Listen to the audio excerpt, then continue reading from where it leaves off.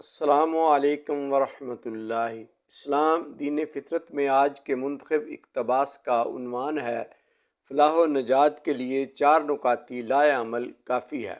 امام شافعی رحمہ اللہ علیہ فرماتے ہیں، امت مسلمہ کی کامیابی کے لیے صرف ایک سورۃ العصر پر غور و فکر اور تدبر کے ساتھ عمل کر لیا جائے تو کافی ہے۔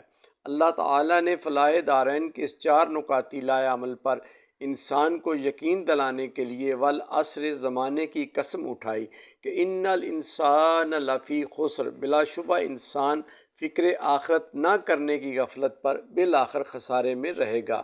اور بالفاظ میاں محمد بخش، بھول نہ جامی تُویں ایک دن کیتی دا پھل کھانا، دیگر تے دن گیا محمد اوڑک نو ڈب جانا۔ اس 4 نکاتی لائے عمل کی پہلی شرط الا الذین آمنوا، اللہ پر یقین کامل کے ساتھ ایمان رکھنا تاکہ زندگی توکل علی اللہ پر گزرے۔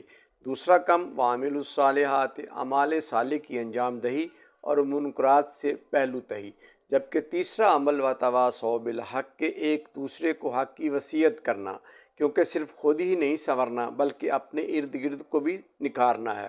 اور چوتھی شرط وتواصوا بالصبر، اعمال صالح اور حق کی وصیت کے دوران جو بھی مشکلات آئیں ان پر صبر کرنا ہے، اس لیے کہ ان اللہ مع الصابرین، یعنی صبر کریں تا اجر ملے گا آئی خبر کتابوں، صبر اتارے کفل محمد ہر مشکل بابوں۔